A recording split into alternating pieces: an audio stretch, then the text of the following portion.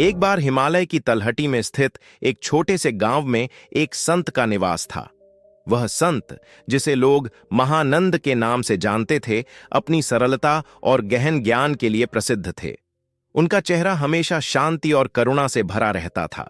लोग दूर दूर से उनकी शिक्षाएं सुनने आते थे।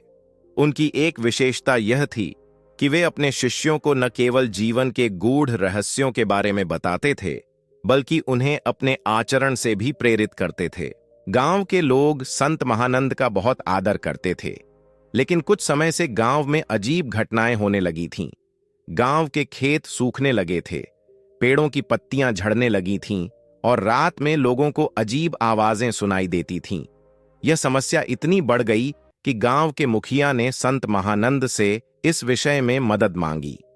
संत ने ध्यान मग्न होकर समस्या की जड़ का पता लगाने का प्रयास किया।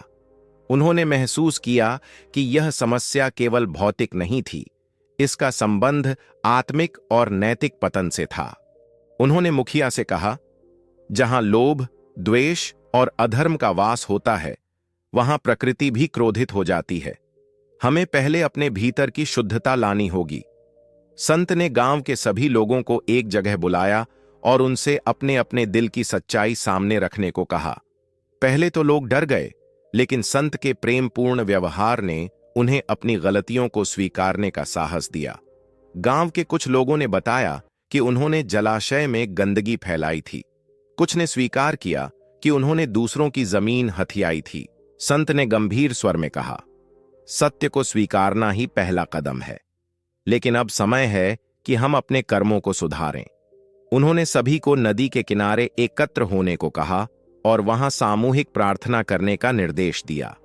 उन्होंने कहा, प्रकृति हमारी मां है। अगर हम उससे माफी मांगें और अपने कर्मों में सुधार करें, तो वह हमें माफ कर देगी। उसी रात संत महानंद गांव के बाहरी हिस्से में स्थित एक गुफा में ध्यान मग्न हो गए। गुफा को लेकर गांव में कई कहानियां प्रचलित थीं। कहा जाता था कि वहां अंधकारमय शक्तियों का वास है। संत ने अपनी ऊर्जा और ध्यान से गुफा के भीतर छिपे रहस्य का पता लगाने का निश्चय किया। गुफा के अंदर जाते ही उन्हें एक अजीब सी ऊर्जा का अनुभव हुआ। वहां उन्हें एक पुरानी मूर्ति मिली, जो धूल से ढकी हुई थी। मूर्ति के चारों ओर कई अजीब प्रतीक बने हुए थे। संत ने ध्यान लगाकर महसूस किया कि यह मूर्ति गांव के पूर्वजों द्वारा बनाई गई थी और इसका उद्देश्य गांव की रक्षा करना था। लेकिन मूर्ति को अनदेखा करने और वहां गंदगी फैलाने के कारण इसका प्रभाव कमजोर हो गया था। संत ने गांव के लोगों को बुलाकर मूर्ति की पूजा अर्चना करने और गुफा को साफ करने का आग्रह किया। उन्होंने कहा, यह मूर्ति हमारे पूर्वजों की आस्था का प्रतीक है। अगर हम इसे पुनः प्रतिष्ठित करें और अपने कर्मों को शुद्ध करें, तो हमारी समस्याएं समाप्त हो जाएंगी। गांव के सभी लोग मिलकर गुफा को साफ करने लगे। कुछ ही दिनों में मूर्ति की प्रतिष्ठा हो गई। संत ने वहां एक यज्ञ का आयोजन किया और गांव के लोगों को सच्चाई, करुणा और परिश्रम का महत्व समझाया। संत ने कहा, जीवन में सबसे बड़ा धर्म है सेवा और परिश्रम। जो मनुष्य अपने कर्तव्यों को ईमानदारी से निभाता है, वही सच्चा मानव है। कुछ ही दिनों में गांव में बदलाव दिखने लगा। जलाशय का पानी फिर से साफ हो गया, खेतों में हरियाली लौट आई और अजीब आवाजें आनी बंद हो गईं। लोग संत महानंद के प्रति और भी अधिक कृतज्ञ हो गए। संत ने गांव के लोगों को एक अंतिम संदेश दिया, हमारी समस्याएं कभी बाहर से नहीं आती, वे हमारे भीतर के अज्ञान, लोभ और द्वेष का परिणाम होती हैं।